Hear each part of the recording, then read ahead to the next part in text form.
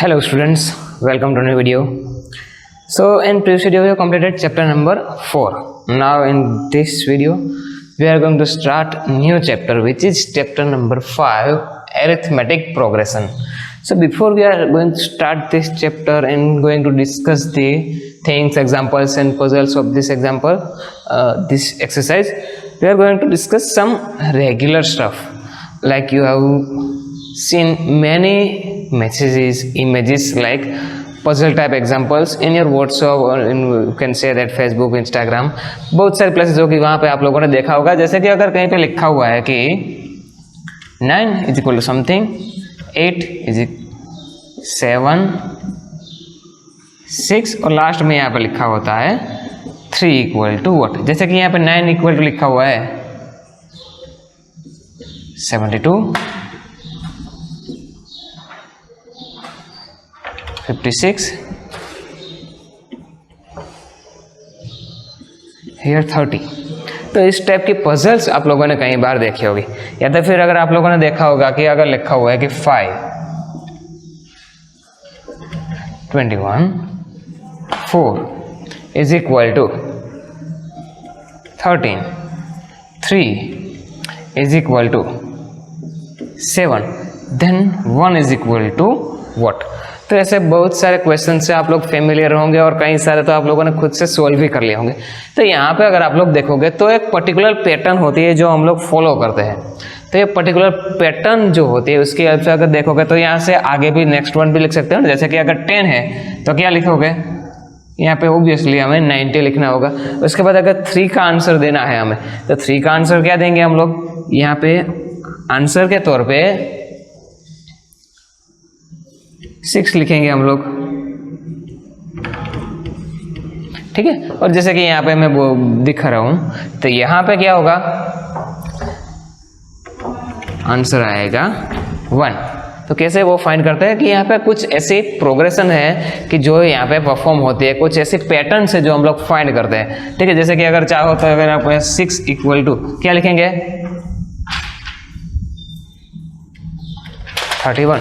ठीक है. तो ये जो चीज़ें हैं तो कैसे होती है, क्या होती है, तो ये ऐसे जो रेगुलर लाइफ के हमारे प्रॉब्लम्स होते हैं वहाँ पे भी हम लोग इसको सोल्व कर सकते हैं. तो ये जैसे कि आप लोगों ने देखा होगा यहाँ पे प्रोग्रेशन क्या है, होता क्या है कि जो प्रीवियस वन है उससे बिलो 1.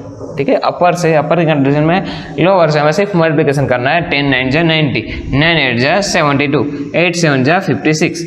सब में क्या कर रहे हैं हम लोग, जस्ट मल्टीप्लाई. ठीक है. जैसे कि यहाँ पे 8 से बन जाए तो 56. जैसे कि यहाँ पे अगर 6 है, नीचे 5 तो होगा ना, उससे 6 के प्रीवियस वन कौन सा है, तो कि 5 है, तो 5 6 5 जा 30. सिमिलरली यहाँ पे 3 के नीचे क्या होगा 2, 3 2 जा 6. तो यहाँ पे जो स्पेशल क्या हो रहा है, यहाँ पे मल्टीप्लिकेशन का यूज हो रहा है. उसके बाद यहाँ पे अगर देखोगे तो यहाँ पे डिफरेंट पैटर्न है. यहाँ पे क्या हो रहा है कि प्रीवियस वन के कंपेरिजन में हमें क्या करना है, 6 5 जा 30 प्लस 1 करना है, मल्टीप्लाई प्लस 1 करना है. जैसे कि यहाँ पे 6 5 जा 30 प्लस 1 31. उसके बाद 5 4 जा 20 प्लस 1 21, 4 3 जा 12 प्लस 1. तो सब में प्लस 1 वाला कॉन्सेप्ट आता है. यहाँ पे एक नई पैटर्न शुरू हो गई. बाद में यहाँ पे देखोगे तो 3 2 जा 6 प्लस 1 7. यहाँ पे अगर 1 का लिखना है तो क्या करेंगे, 1 0 जा 0 प्लस 1, तो 1 इक्वल टू आंसर हमारा क्या आएगा, 1 ही आएगा. तो ऐसी जो पैटर्न्स होती है, बस ऐसी पैटर्न्स का यूज हमें यहाँ पे एरिथमेटिक प्रोग्रेशन में भी देखना है कि यहाँ पे सम स्पेशल टाइप कोई पर्टिकुलर फर्स्ट टर्म होगी हमारी, उसके रेफरेंस में हम लोग कुछ ऐड करेंगे, मल्टीप्लाई करेंगे, डिवाइड करेंगे. ठीक है. या तो फिर सब्ट्रैक्ट भी कर सकते हो. तो ऐसे जो कोई भी ऑपरेशंस हैं, लेकिन क्या होगा, पर्टिकुलर सिंपल ऑर्डर में होना चाहिए कंपलसरी.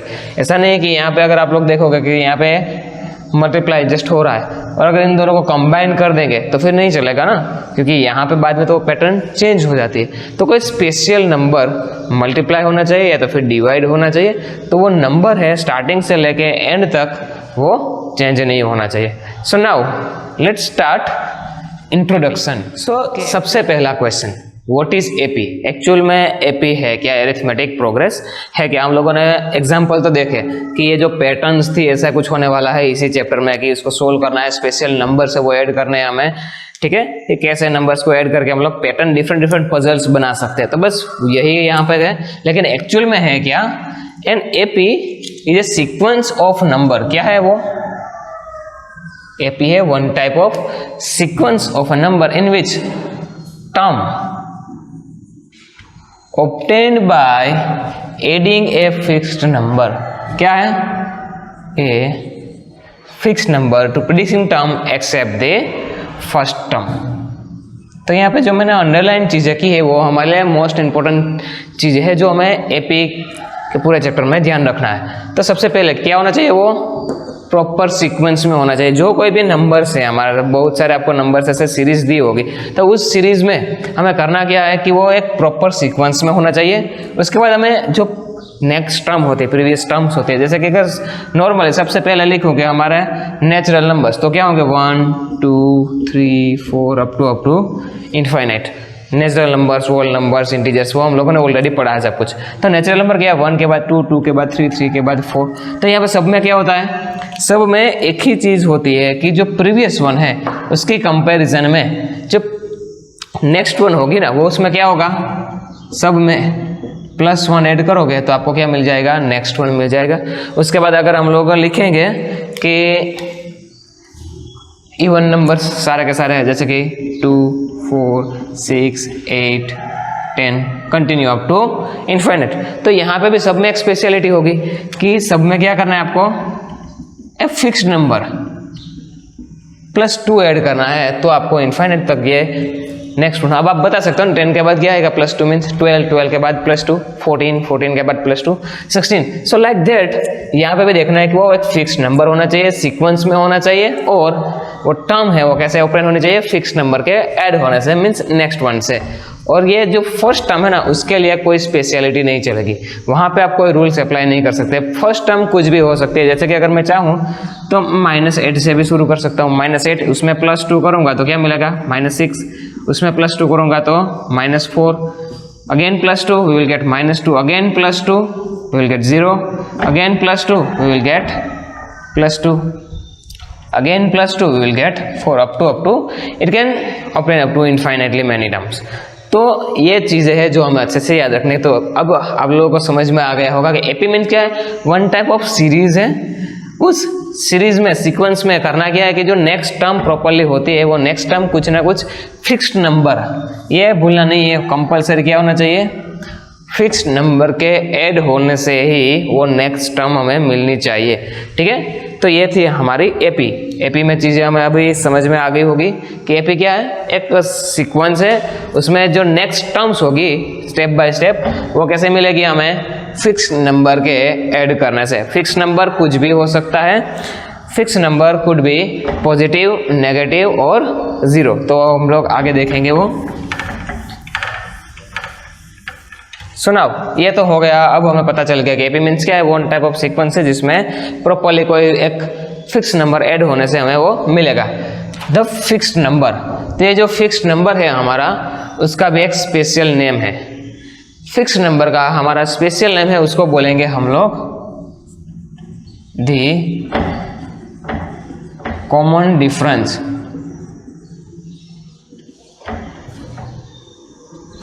डी, ये जो फिक्स नंबर होगा उसको हम लोग क्या बोलेंगे, कॉमन डिफरेंस डी। और it could be anything, positive, negative और 0।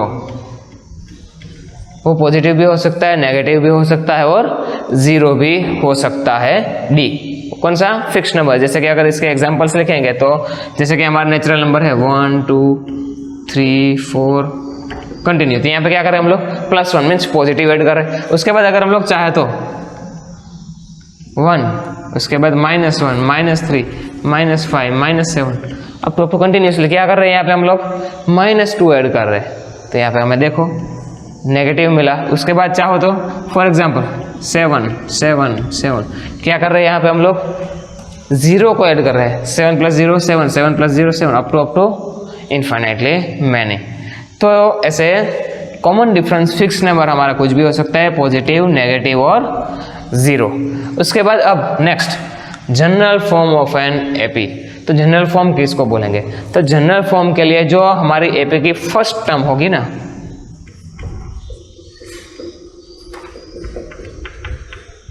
उसको हम लोग बोलेंगे स्मॉल ए से डिनोट करेंगे। फर्स्ट टर्म को हम लोग डिनोट करेंगे स्मॉल ए से, और जो हमारा कॉमन डिफरेंस है उसको हम लोग किससे डिनोट करते हैं? डी से। तो हमारा जनरल फॉर्म कुछ ऐसे होगा, फर्स्ट टर्म ए, सेकंड टर्म कैसे मिलेगी? कोई फिक्स नंबर ऐड करने से, तो ए प्लस डी। फिर से क्या होगा? उसमें फिर से एक डी ऐड होगा, each and every time add क्या होगा?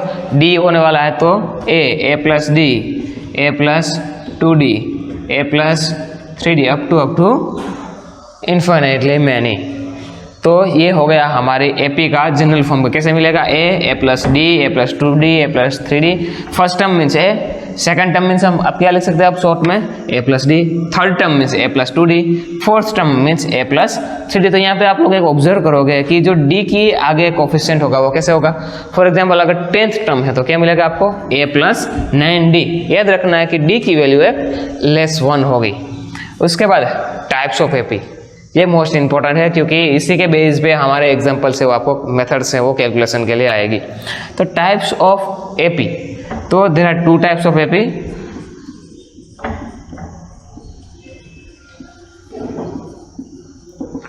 टू टाइप्स है एपी के। जो फर्स्ट वन है उसको बोलेंगे हम लोग finite AP. Finite AP means what? कि जिसमें नंबर ऑफ टर्न्स है वो फाइनाइट होने चाहिए, फिक्स होने चाहिए, कि हमें मालूम है कि बस यहाँ तक आएगी एपी और बाद में रुक जाएगी। तो फाइनाइट एपी मीन्स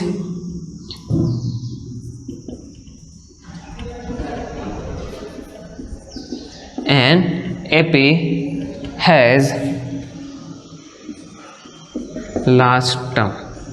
क्या होगी? हमारी जो एपी होगी उसकी लास्ट टर्म होने वाली है, ठीक है? वहाँ पे फिक्स होता है। जैसे कि यहाँ पे अगर मैं चाहूँ तो एक एग्जांपल लिखूंगा, तो 5, 10, 15, 20, ठीक है? तो यहाँ पे आपको दिखाई देगा कि यस क्या ऐड हो रहा है? +5 ऐड हो रहा है। अब यहाँ पे अगर अप टू लास्ट में अगर मैं लिखूंगा कि अप टू कब तक 100, हमारी लास्ट टर्म क्या होगी? 100 तक होगी। यहाँ पे आपको लास्ट टर्म मिलेगी। फर्स्ट टर्म 5, सेकंड 10, 15, 20, बीच में कितनी भी टर्म्स होगी, लेकिन लास्ट टर्म आपको मालूम होने चाहिए। जो लास्ट टर्म है वो क्या होना चाहिए? फाइनाइट नंबर होगा। उसी को हम लोग क्या बोलेंगे? Finite AP. उसके बाद जो सेकंड है वो है इनफाइनाइट एपी। तो इनफाइनाइट एपी में क्या होगा?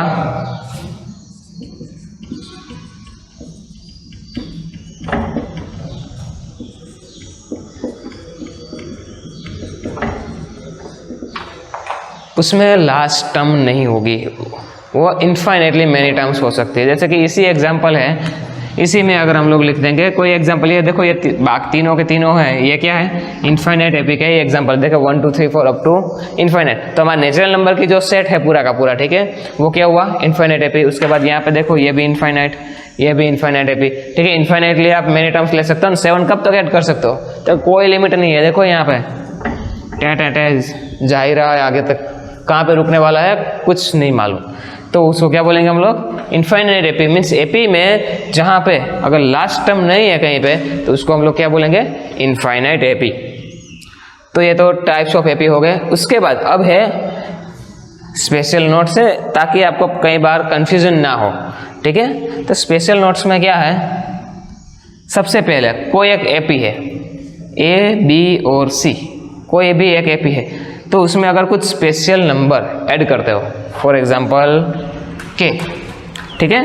तो ए प्लस के, बी प्लस के, सी प्लस के, ठीक है? तो ये जो मिल रहा है ना आपको, उसमें क्या हम लोग ऐड कर रहे हैं? कोई फिक्स्ड नंबर ऐड कर रहे हैं। ऑलरेडी एपी है, उसमें अगर हम लोग फिक्स नंबर एपी ऐड करते हैं तो वो क्या होंगे? एपी ही होने वाली है। जैसे कि अगर मैं देखूं तो एक एपी लिखता हूं मैं 7, 10, 13, ये हमारी नॉर्मल एपी है। अब उसमें हम लोग कोई स्पेशल नंबर ऐड करने वाले हैं। फॉर एग्जांपल 3 ऐड करेंगे, +3 को ऐड करेंगे अगर हम लोग, तो 7 + 3 क्या मिलेगा आपको 10, 10 + 3 आपको क्या मिलेगा 13, 13 + 3 आपको क्या मिलेगा 16। तो ये भी क्या हुई देखो एपी होगी। मीन्स अगर कोई ऑलरेडी एपी है उसमें आप कोई फिक्स नंबर और भी एक्स्ट्रा ऐड करते हो, अभी एपी होने के बावजूद भी ऐड करते हो तो भी वो क्या होगी एपी ही होने वाली है। सिमिलरली अगर उसमें हम लोग क्या करेंगे सब्ट्रैक्ट करेंगे a - k, b - k, c - k, तो क्या होगा।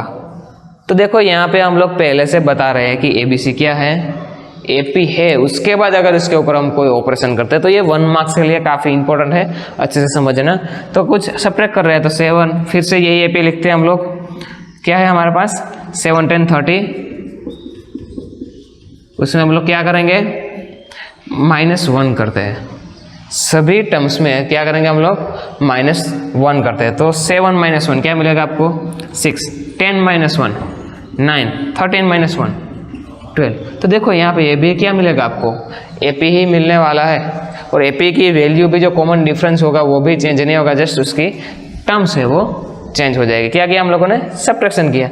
सिमिलरली मल्टीप्लाई करते हैं, मीन्स ए के बी के सी के, और यहाँ पे अब क्या करने वाले हैं 2 से मल्टीप्लाई करते हैं। अगर हम लोग एपी यही रखते हैं 7 10 एंड 30, यहाँ पे हम लोग करेंगे मल्टीप्लाई बाय 2। तो 7 2 जा 14, 10 2 जा 20, 13 2 जा 26। तो यहाँ पे भी देखोगे आप लोग कि इसके एपी में कोई चेंज नहीं है। 14 + 6 20, 20 + 6 26। तो देखो कॉमन डिफरेंस तो मिल रहा है हमें, इसका मीनिंग क्या हुआ कि ये भी एपी है। और सिमिलरली यहाँ पे अगर कुछ हम लोग डिवाइड करते हैं a/k, b/k, c/k, फिर भी आपको क्या मिलेगा एपी ही मिलने वाली है।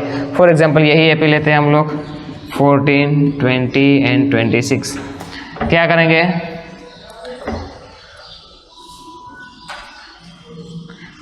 डिवाइड बाय 2 करते हैं हम लोग।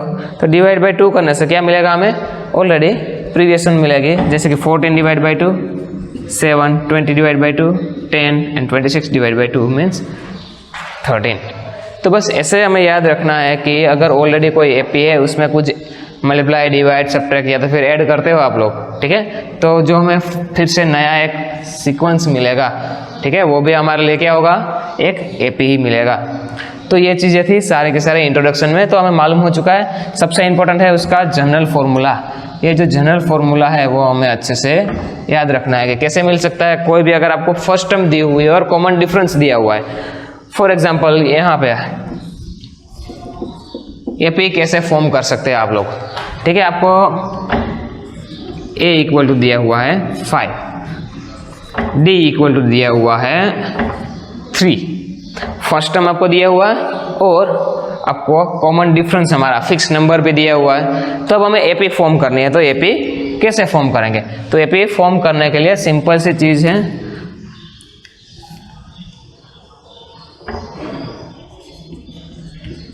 फर्स्ट टर्म हमारे पास क्या है 5, तो वो लिखेंगे हम लोग 5। उसके बाद कॉमन डिफरेंस क्या है, यहाँ पे साइन कोई नहीं दी हुई, मीन्स +3 हमें ऐड ही करना है, याद रखना है। नॉर्मली हम लोग क्या करेंगे ऐड ही करने वाले हैं। ऐड अगर नेगेटिव साइन है फिर भी ऐड करेंगे, लेकिन एट द एंड सिंप्लीफिकेशन के बाद क्या हो जाएगा वो सब्ट्रैक्शन हो जाएगा। तो एपी फर्स्ट टर्म 5, उसके बाद सेकंड टर्म क्या मिलेगी आपको 5 + 3 8, उसके बाद और एक्स्ट्रा टर्म ऐड करेंगे तो 8 + 3 11, 11 + 3 14। ऐसे कंटिन्यूसली आप जितनी चाहो उतनी टर्म्स लिख सकते हो। एपी फॉर्म करने के लिए क्या हमारा फॉर्मूला है, बस यही याद रखना है a + 2d, a + 2d, a + 3d, ऐसे ही। जैसे कि अगर अब यहाँ पे ये एपी मिल गई ना हमें, तो एपी की जो सारी टर्म्स होती है ना उसका नेम भी है, उसका नेम कुछ ऐसे दे सकते हैं। अगर फर्स्ट टर्म है तो उसको बोलेंगे हम लोग a1, किसको फर्स्ट टर्म जनरली, वरना उसका नोटेशन तो ए ही है, वो तो याद ही रखना है हमें, फर्स्ट टर्म को ए बोलेंगे, लेकिन अगर हम लोग जनरली लिख रहे हैं तो क्या लिखेंगे, A1 is equal first term, A2 second term, ठीक है। और उसके बाद अगर लिखते हैं A3 तो वो क्या होगा, थर्ड टर्म। तो सबके फॉर्मूला A1 तो उसका फॉर्मूला क्या होगा A, A2 तो उसका फॉर्मूला क्या होगा A plus D, third term तो उसका फॉर्मूला क्या होगा A प्लस 2D। तो ऐसे हम लोग उसकी डायरेक्टली, अगर हम लोग चाहते, ये AP है हमारी, ठीक है, 5, 8, 11, 14, और हमें चाहिए फॉर एग्जांपल इसी AP में अब आगे बढ़ रहे हैं और हम चाहते हैं कि 15th टर्म है या तो 51th टर्म क्या होने वाली है। तो उसके लिए हमारे पास फॉर्मूला क्या होगा, 51th को टर्म को क्या बोलेंगे A, 51 वो हम उसको डिनोट करेंगे इज इक्वल टू हमारे पास क्या होगा A plus 50D। First term हमें मालूम है क्या है हमारे पास 5 प्लस 50D है क्या है हमारे पास 3, so is equal to 5 plus 5 3 जा 15 और 0 एक्स्ट्रा, तो क्या मिलेगा हमें 5 प्लस 1 50 55। इसका मीनिंग ये हुआ कि अगर इसी पैटर्न में हम लोग आगे बढ़ते रहेंगे और 51th टर्म पे पहुंचेंगे तो वहां पे हमें मिलेगा क्या 155, ठीक है। तो ऐसे ही हम लोग आगे के एग्जांपल्स करने वाला है, जो हम लोग एक्सरसाइज अभी शुरू करेंगे ताकि आपको बेटर आइडिया मिलेगा कि कैसे एग्जांपल्स आएंगे, कैसे क्वेश्चंस होंगे, ठीक है।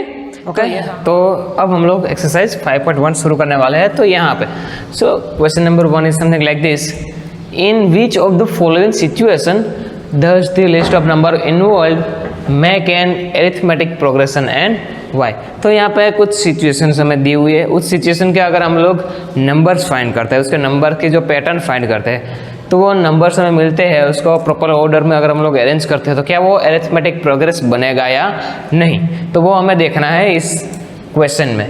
और अगर वो बनेगा तो क्यों, उसके वाई का भी आंसर देखना है। तो कोई भी एपी अरिथमेटिक प्रोग्रेस है या नहीं, कैसे बनानी है वो तो मैंने आपको सिखा दिया कि एपी है वो कैसे बनाएंगे, कुछ फिक्स नंबर है वो ऐड करने से हमारी फिक्स प्रॉपरली एपी हमारी बन जाती है। लेकिन अगर कोई नंबर्स आपको दिया हुआ है तो वो एपी है या नहीं वो हमें कैसे पता चलेगा, तो वो हमें पता कैसे चलेगा with the help of common difference D, means हमारा फिक्स नंबर कि जो हम लोग कुछ ना कुछ ऐड करते हैं, या तो फिर सब्ट्रैक्ट करते हैं, या तो फिर क्या होगा वो 0 भी हो सकता है।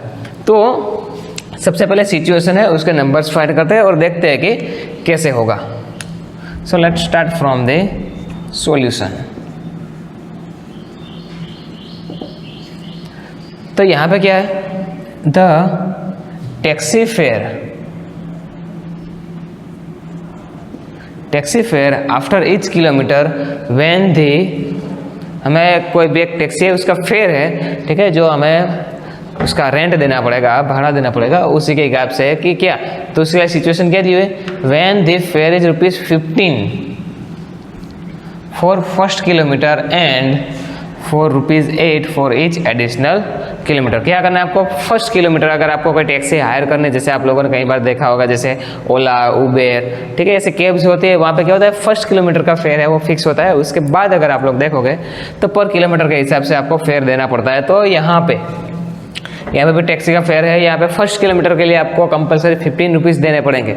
1 किलोमीटर का आपको रेंट चाहिए, ठीक है, कोई टैक्सी चाहिए रेंट पे तो ₹15 देंगे। उसके बाद जितने भी किलोमीटर आप डिस्टेंस ट्रैवल करेंगे उतने ₹8 के हिसाब से आपको एडिशनली देना पड़ेगा।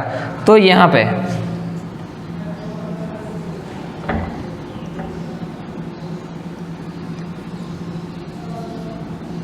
Taxi fare for first kilometre के लिए कितना पे करना पड़ेगा हमें, ₹15। तो यहाँ पे लिखेंगे ये हो गया ₹15 हमारा। उसके बाद फॉर सेकेंड किलोमीटर, तो अगर आप लोग 2 किलोमीटर का डिस्टेंस ट्रैवल करते हैं तो क्या होगा, ₹15 है वो तो फर्स्ट किलोमीटर के लिए होगा। अभी एक और किलोमीटर हमें चाहिए, सेकेंड किलोमीटर के लिए कितना ऐड करेंगे हम लोग, +8, तो कितना मिलेगा हमें, 15 + 8 वी विल गेट ₹23। मीन्स अगर आपको 2 किलोमीटर ट्रैवल करना है सेकंड किलोमीटर के लिए आपको ₹23 पे करना पड़ेंगे। सिमिलरली फॉर थर्ड किलोमीटर के लिए कितना होगा, 2 किलोमीटर्स के लिए 23 रुपीज़ थे। अभी एक और किलोमीटर चाहिए, तो अभी कितना ऐड करना पड़ेगा, +8, तो आपको कितना मिलेगा 28, 23 + 8 वी विल गेट ₹31। तो यहाँ पे अगर आप लोग देखोगे तो हमें AP मिलेगी कुछ ऐसी। सबसे पहले क्या हमें AP है, तो AP या तो फिर जो नंबर्स बोलते हैं तो वो कुछ ऐसे है, वो है या नहीं वो हम कैसे बताएंगे। तो यहाँ पे फर्स्ट में 15, आफ्टर दैट 23, आफ्टर दैट 31, ऐसे कंटिन्यूसली जितने भी किलोमीटर्स आप ट्रैवल करोगे उतने आपका फेयर इंक्रीज होता रहेगा। लेकिन ऐड क्या होने वाला है, for each and every kilometre +8 rupees. Only condition कहाँ पे अप्लाई नहीं होती, सिर्फ फर्स्ट किलोमीटर के लिए 15 रुपीज़ है, बाकी के किलोमीटर के लिए आपको 8 रुपीज़ देने होंगे। तो नाउ हम लोगों ने AP तो फॉर्म कर ली, ठीक है, एक नंबर सिस्टम फॉर्म कर ली है। AP अभी हम नहीं बोल सकते, तो क्या ये जो हम नंबर सिस्टम फॉर्म किए क्या वो एक्चुअल में AP है, हमें बताना था। AP तो बना ली, लेकिन y का आंसर देना है। तो y के आंसर के लिए हम लोग क्या फाइंड करेंगे, सब में कॉमन डिफरेंस D फाइंड करेंगे, हमारा fix. So D is equal to common difference D find करने के लिए हमारे पास कैसे फाइंड करेंगे, तो हमें चाहिए D। तो D ऑलवेज क्या होगा, हमें राइट साइड में से लेफ्ट साइड की टर्म है उसको सब्ट्रैक्ट कर रहा है, याद रखना है। जैसे कि यहाँ पे अगर हम लोग डिनोट करेंगे सभी टर्म्स को, तो ये फर्स्ट टर्म हमारी है, फर्स्ट टर्म को हम लोग क्या बोलेंगे A। ये सेकंड टर्म है उसको क्या बोलेंगे A2। ये हमारी थर्ड टर्म है तो उसको क्या बोलेंगे A3। तो D सबका सेम होना चाहिए। अगर D सबका कॉमन है, सेम है, तभी हमारा जो आंसर होगा वो सही होगा। तो यहाँ पे D मीन्स क्या लिखेंगे, सबसे पहले A2 - A1। यही सबसे बेसिक मेथड है कि हमारी AP है या नहीं, ठीक है। राइट साइड में से लेफ्ट साइड में हम लोग सब्ट्रैक्ट करेंगे, मीन्स आगे में से पीछे वाला सब्ट्रैक्ट करेंगे। तो A2 की वैल्यू क्या है हमारे पास 23 - A1 कितना है हमारे पास 15। 23 - 15 हमें क्या मिलेगा 8। सिमिलरली अगेन फिर से डिफाइन करेंगे, D इज इक्वल टू इस बार क्या होगा A3 - A2। कंपल्सरी सभी टर्म्स के लिए फॉलो होना चाहिए, तभी हम लोग इसको AP बोलेंगे। अगर पहले 2-3 टर्म्स में फॉलो होता है और बाकी के टर्म्स में अगर ये रूल्स D सेम नहीं आता तो हम लोग बोलेंगे yes it's not an AP। So here A3 - A2, A3 is 31 - A2 23, क्या मिलेगा फिर से 8। तो दोनों में देखो कॉमन डिफरेंस, फिक्स नंबर हमें सेम मिल रहा है, इसलिए क्या बोलेंगे yes it forms an AP। ऐसे हम लोग आंसर लिखेंगे। बाकी के एग्जाम्पल में भी ऐसे ही करना है। सबसे पहले सिचुएशन के हिसाब से नंबर्स फाइंड करेंगे, नंबर्स फाइंड करने के बाद D फाइंड करेंगे। अगर यस D कॉमन डिफरेंस हमारा सब में सेम आता है तो हम लोग क्या बोलेंगे yes it's an AP। Otherwise we can say no it does not form an AP।